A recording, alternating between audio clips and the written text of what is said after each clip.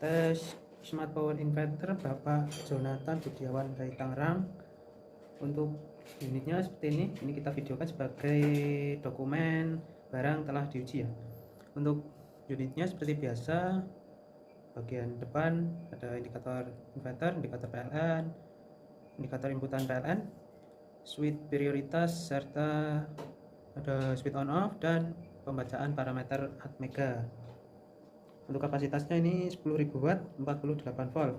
Kita gunakan osiloskop untuk melihat gelombangnya. Yang kuning output dari mesin ini, yang biru yang atas adalah inputan dari PLN ya.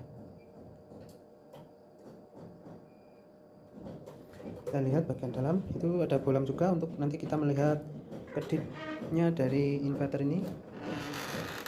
Oke, untuk bagian dalam, bagian atas adalah blok ATS terdiri dari MCB, ada MCB softar seperti biasa, seperti koneksi pertama kali.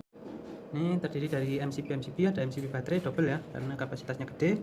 MCB softar seperti biasa sebagai koneksi pertama kali baterai sebelum MCB utama on ya, supaya baterai nggak protek. Ini MCB inverter, PLN, charging. Ini ada sistem charging di belakang ATS ini kontaktornya sebagai over switch-nya. Ini tab charging sebagai penyesuai arus atau penyesuai kondisi PLN. Untuk kitnya double gardan 40 MOSFET. Bagian bawahnya ini trafo step up full tembaga ya, gede. Untuk inputan baterainya juga double, positif 2 negatif 2, jadi narik 2 kabel dari baterai. Ini ada tambahan monitoring wifi. Nanti untuk settingnya bisa langsung ditanyakan ke Mas Benu ya. Untuk nomornya nanti kita sertakan di akhir video. Untuk pemasangannya, untuk koneksi, settingnya bisa langsung ditanyakan langsung ya. Ini untuk inputan PLN, fase netral. Ini output fase netral. Ini inverter. Inverter ini outputnya ada saat bekerja di PLN atau saat kita bypass ke PLN ya. Jadi ini untuk inverter ini bisa digunakan, bisa tidak. Ini jika mau mengambil beban-beban besar yang bisa diambilkan dari inverter, mau ngelas atau apa, biar beban rumah nggak terganggu, bisa kita bypass ke PLN untuk beban rumah, output nanti keluar PLN, dan inverter ini bisa digunakan seluruhnya untuk beban-beban besar ya. Jadi beban rumah nggak akan terganggu.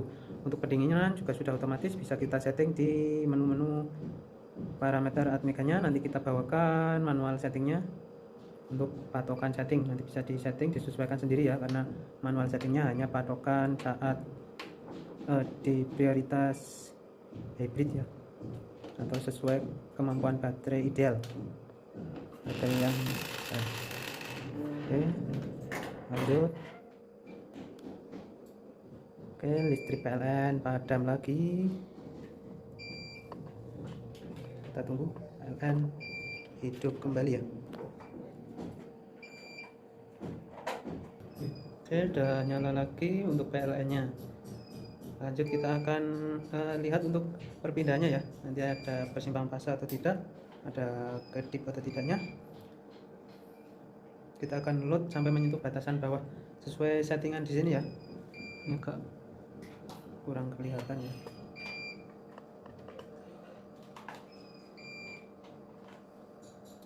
Di sini kita setting untuk batasannya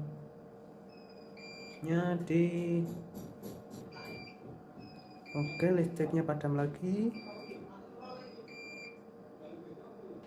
Oke, kita lanjut aja ya. Ini listriknya padam, kita ambil alternatif jalur lain dari PLN.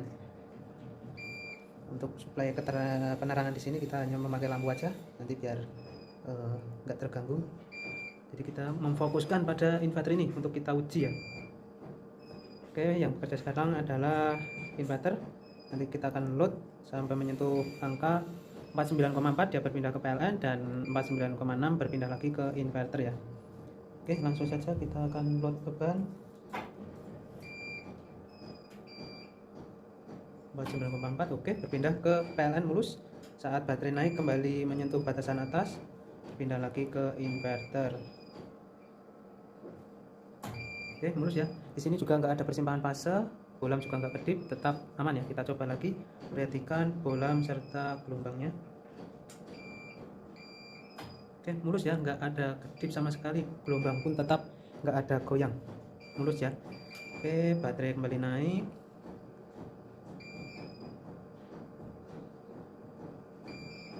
Oke, mulus sekali. Untuk ATS nya seperti itu ya. Untuk cara kerjanya saat di mode hybrid, nanti kita lihatkan sekilas untuk menu-menunya. Untuk switch prioritas juga sudah melewati sinkron, jadi nggak ada kedip, nggak ada persimpangan fase ya, tetap melewati proses sinkron. Kita lihat.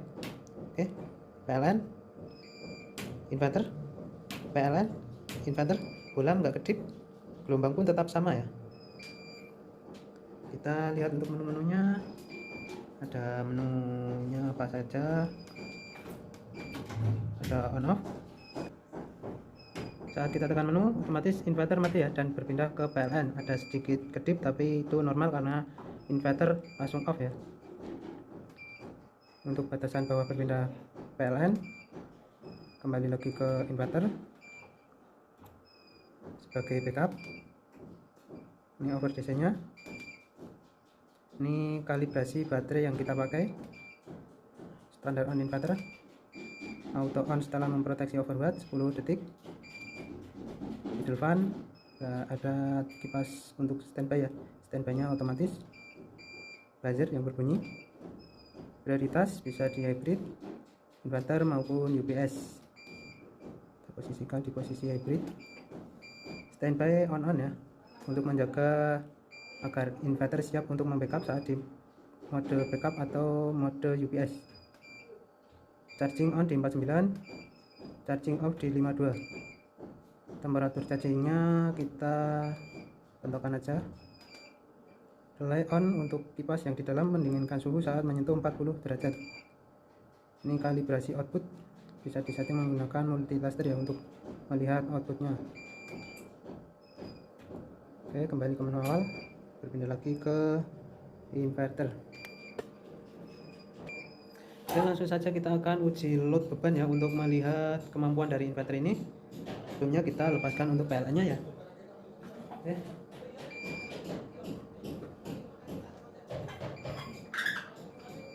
Oke, PLN sudah mati karena kita mau melihat load maksimal. Jadi saat load maksimal otomatis berpindah ke PLN, sedangkan PLN kita kecil dan tadi PLN kita sudah mati berkali-kali karena kelebihan overload ya. Ini penggunaannya lagi besar. Oke, langsung saja kita akan uji tes load beban. Ini 4000 watt, gelombang masih tetap stabil, tambah lagi 7000 watt, tambah lagi 11.000 watt. Oke, overwatt. Kita tunggu 10 detik sesuai settingan, akan on kembali ya. Oke, udah on kembali. Langsung saja kita load. Perhatikan gelombang dari output ini ya, 4000 tambah lagi 7000 watt, tambah lagi 11.000 watt. Oke, mantap ya. Jadi untuk beban kejut di atas 10.000 masih dapat handle ya, dan beban terjeda. Jadi saat load maksimal masih terjeda dan akan overwatt. Oke, untuk loadnya seperti itu. Lanjut kita akan lihat untuk sistem charging. Jadi kita masukkan lagi untuk PLN nya. Ini PLN kita 216. Kita lihat sistem chargingnya. Kita pakai tang ampere, kita posisikan di AC PLN ya untuk inputan masuk. Oke, 0, kita kaitkan ke PLN, inputan masih 0 ya untuk MCB nya, dan tab belum on. Kita posisikan tabnya dulu baru MCB charging untuk melewati sistem soft start. Kita tabnya, kita lihat yuk,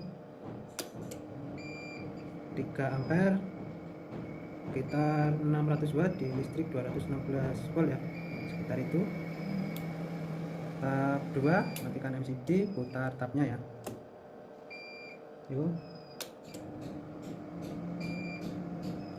5 ampere sekitar 1000 watt lebih di tab 2. Oke, kita posisikan tab 3. Jadi kemampuan dari charging ini 1000 watt ya, jadi kita bisa sesuaikan untuk chargingnya, untuk kecepatannya, serta memaksimalkan daya charging serta untuk menyesuaikan listrik rumah kita drop atau enggak. Ini di tab 3 8 ampere 1600 lebih 1700. Oke, matikan chargingnya, posisikan di tab 1 aja karena baterai kita juga sudah hampir penuh ya. Oke, untuk sistem chargingnya pengecekannya seperti itu. Oke, yang tadi ini untuk monitoring wifi nya, cara settingnya bisa langsung hubungi nomor Mas Benu untuk menyetingnya. Nomornya ada di sebelah sini ya, ini nomornya. Untuk cara settingnya yang lebih tahu ya, ini untuk pengujian inti aja untuk yang di sini. Oke, mungkin cukup seperti itu untuk pengujian Smart Power Inverter 10.000 watt 48 volt Bapak Jonathan Budiawan Tangerang. Untuk ATS sudah kita tunjukkan, untuk charging sudah kita tunjukkan, untuk load juga sudah kita tunjukkan. Ini sudah padam lagi untuk PLN-nya. Agak ribet di sini untuk pengujian, jadi kita harus benar-benar sabar ya. Oke, sekian untuk pengujian unit Smart Power Inverter 10.000 watt 48 volt kali ini. Sekian, terima kasih. Salam Astro Jogja.